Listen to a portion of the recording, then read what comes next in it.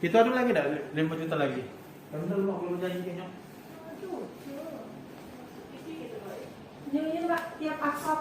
Karena kita sendiri yang menyampaikan nasihat terhadap diri kita sendiri. Untuk senantiasa kita meningkatkan iman dan takwa kita kepada Allah Subhanahu wa taala. Kemudian memperbaiki ibadah kita, memperbanyak ibadah kita kepada Allah Subhanahu wa taala dan selalu melakukan evaluasi, introspeksi terhadap diri kita masing-masing dalam perjalanan hidup kita. Baik itu dari pagi sampai petang maupun dari petang sampai lagi besok pagi. Dan bahkan juga disampaikan dari hari Jumat ke hari Jumat dan terusnya mungkin pada saat Ramadan yang hari ini, saat ini sampai kepada Ramadan yang akan datang. Kalau sekiranya Allah Subhanahu wa taala masih berikan kesempatan kepada kita, itu adalah waktu-waktu bagi kita untuk melakukan evaluasi, introspeksi terhadap diri kita masing-masing dalam melaksanakan kehidupan ini, dalam memanfaatkan kehidupan yang Allah berikan kepada kita. Kemana yang paling banyak yang kita gunakan, kemana yang paling banyak kita manfaatkan segala sesuatu yang berkaitan dengan hidup ini, terutama tentunya pada saat kita lapang sebelum datangnya waktu sempit, pada saat kita dalam keadaan muda sebelum datangnya waktu tua, sebelum pada saat kita masih dalam memiliki kekayaan yang melimpah ruah, sebelum nanti akan datang satu masa yaitu kemiskinan. Dan kaum muslimin dan jamaah rahimakumullah, sebelum kita mati manfaatkan waktu hidup. Waktu hidup ini kemana yang kita banyak menggunakannya, karena pada saat nanti kita akan bertanggungjawabkan di hadapan Allah Subhanahu wa taala. Sehingga perlu evaluasi, perlu kita untuk mengintrospeksi kita diri kita masing-masing untuk dalam masalah iman dan takwa kita kepada Allah Subhanahu wa taala, masalah ibadah kita kepada Allah Subhanahu wa taala, yang sehingga kita senantiasa mengingatkan diri kita masing-masing untuk kebajikan, untuk kemaslahatan diri kita masing-masing, keselamatan kita dari dunia sampai yaumil akhirah. Sehingga senantiasa diingatkan kita dengan ayat Allah Subhanahu wa taala, "Wala tamutunna illa wa antum muslimun." Janganlah kita meninggalkan dunia ini sebelum kita menjadi seorang muslim yang sebenar-benarnya muslim. Sidang jamaah Jumat rahimahullah, insyaallah senantiasa dirahmati dan dimuliakan Allah Subhanahu wa taala, para shaimin yang berbahagia.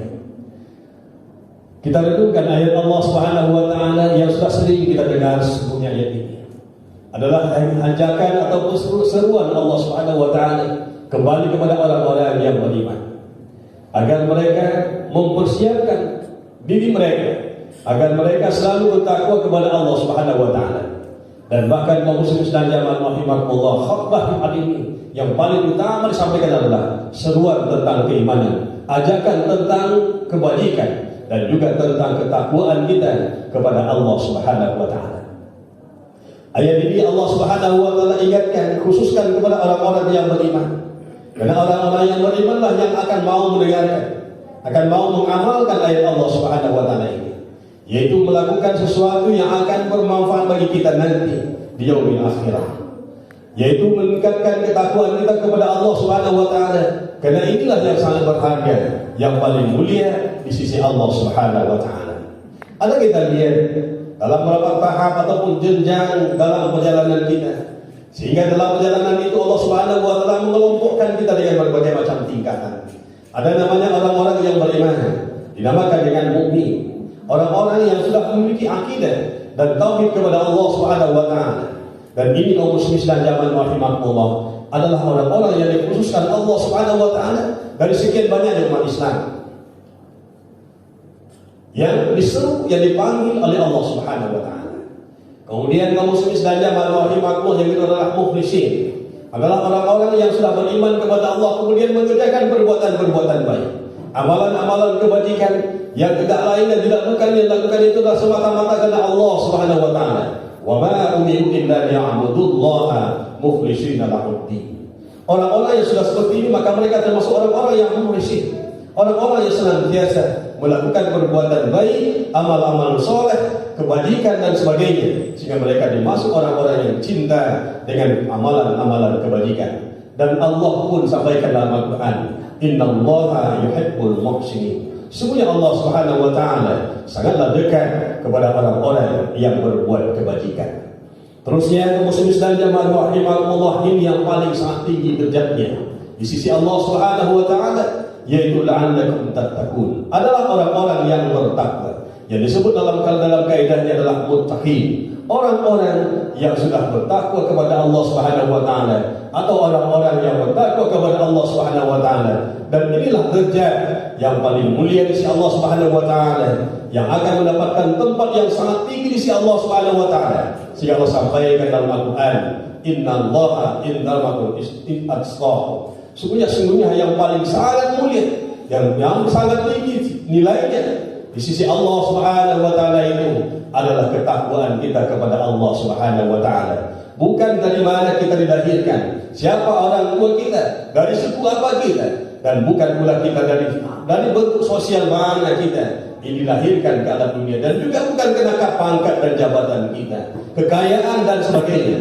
Tapi yang paling mulia di sisi Allah Subhanahu wa taala itu adalah ketakwaan kita kepada Allah Subhanahu wa taala. Inna akramakum indallahi atqakum. Sesungguhnya yang paling mulia di sisi Allah dari sekian banyak kalian, kata Allah, adalah orang-orang yang bertakwa kepada Allah Subhanahu wa taala.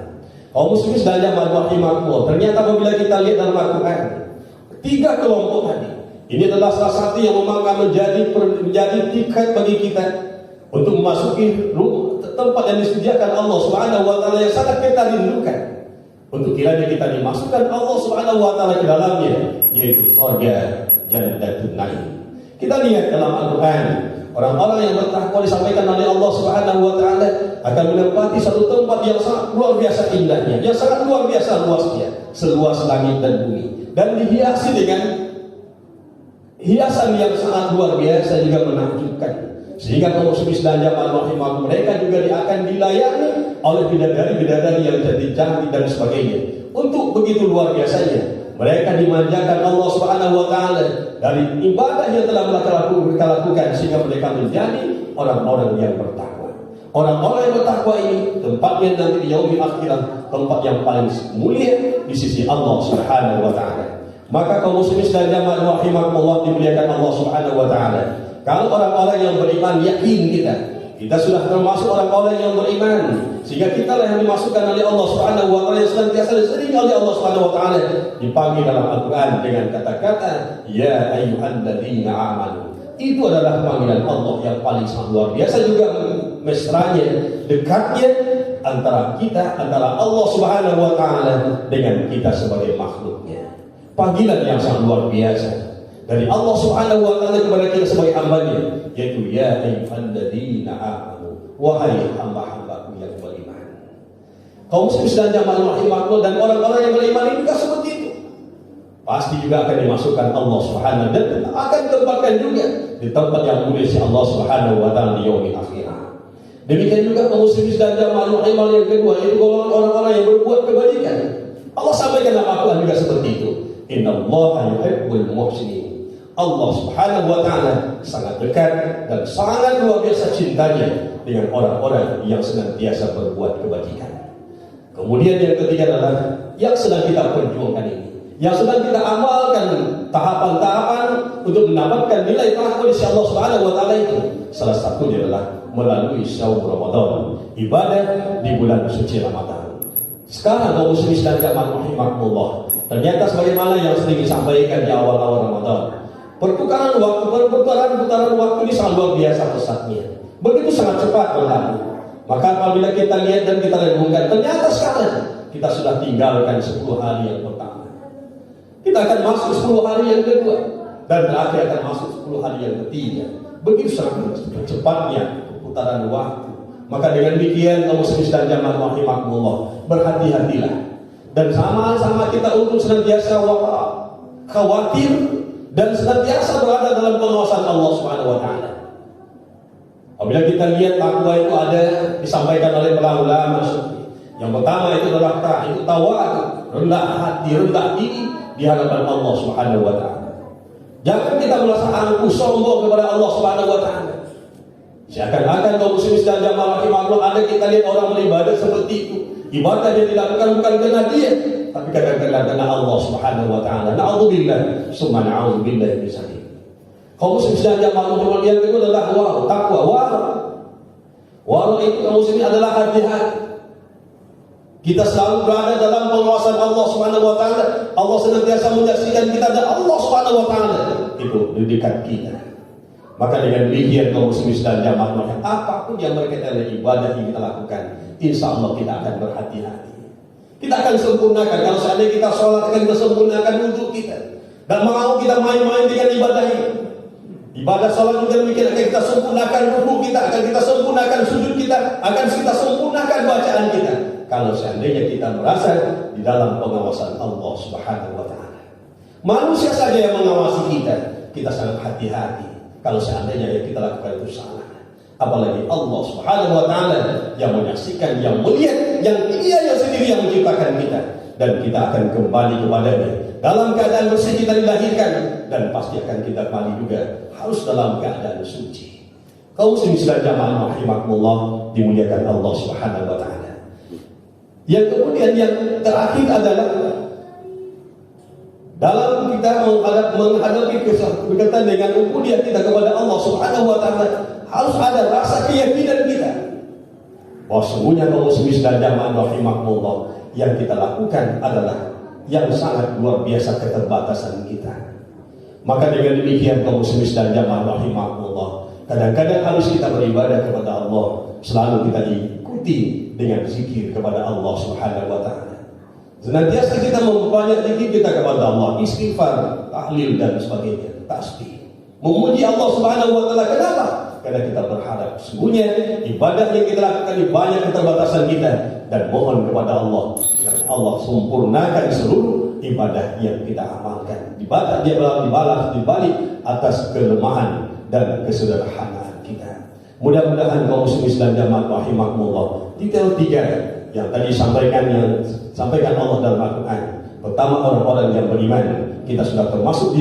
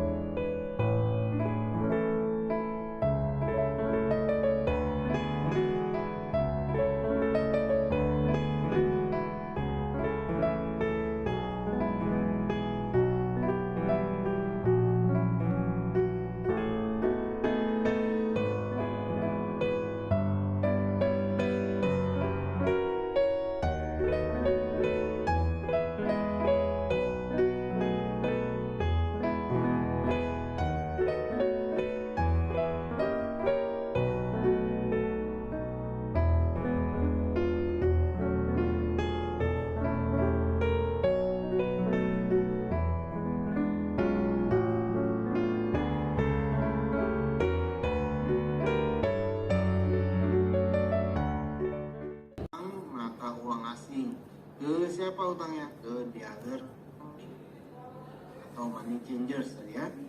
9488. Lalu tanggal 31 Desember kita harus buat penyesuaian kalau memang ada post forward.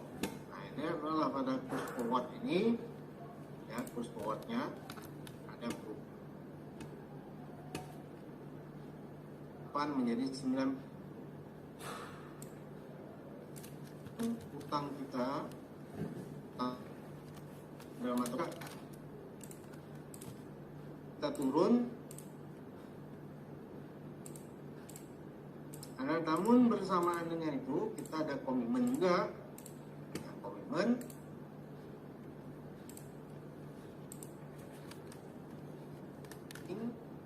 ada komitmen fluktuasi, yaitu sebenarnya komitmen yang kita akui, yaitu 400. Dengan adanya tadi adanya kontrak forward ini tertutup adanya ini keuntungan mata uang asing, ini ada tertutupi begini. Jadi sehingga kita sebenarnya kalau mau melihat ini adalah utang usaha turun dan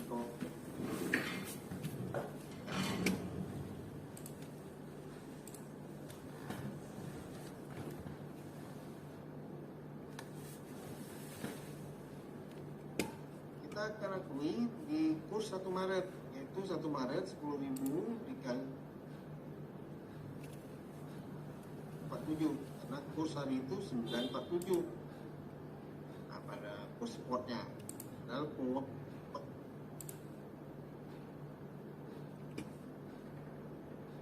maka kita akui rugi 1.300, utang mata uang asing ke dealer itu naik 300. Nah ini ya spotnya tuh. Komitmen tentu turun, ini selisih.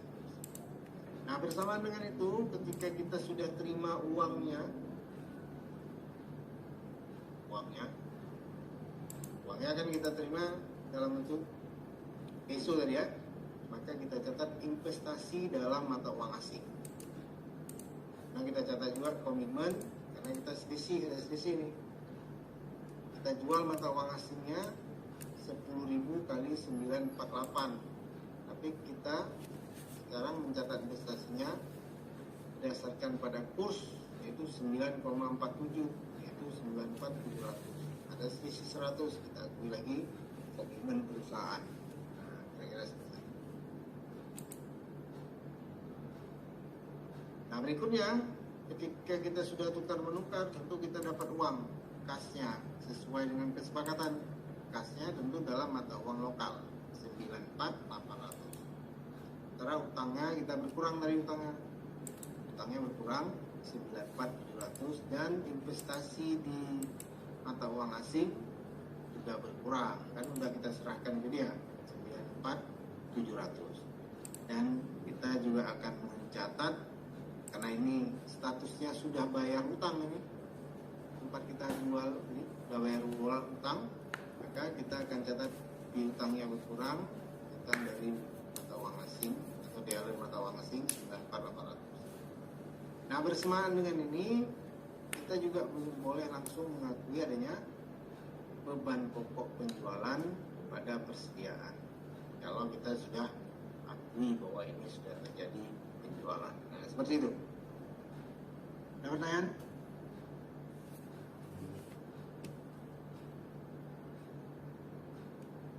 Ada ya? Ada? Belum, Mbak. Kasus berikutnya, kita lindungi nilai kita. Yang kita lindungi adalah arus kas. Nah, ini transaksi arus kasnya diperkirakan, yaitu lindung nilai arus kas. Arus kas kita lindungi ini, lindung nilai untuk transaksi masa depan yang belum terjadi atau yang tidak memiliki komitmen pasti.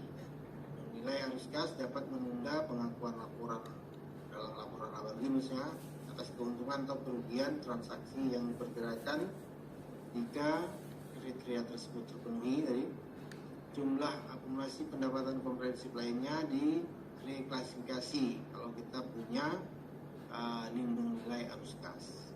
Nah, kita lihat contohnya nih.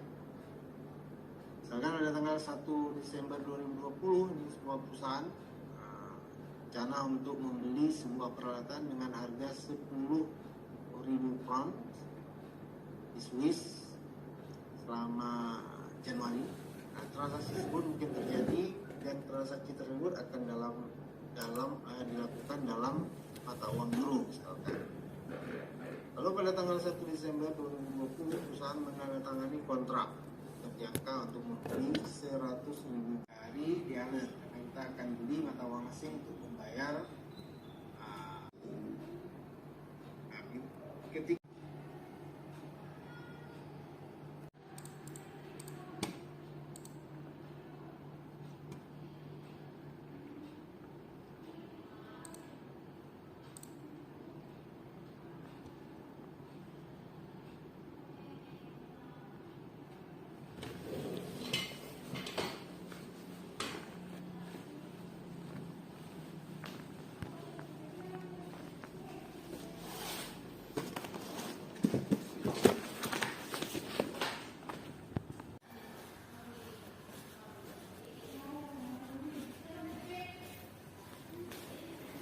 Tuan.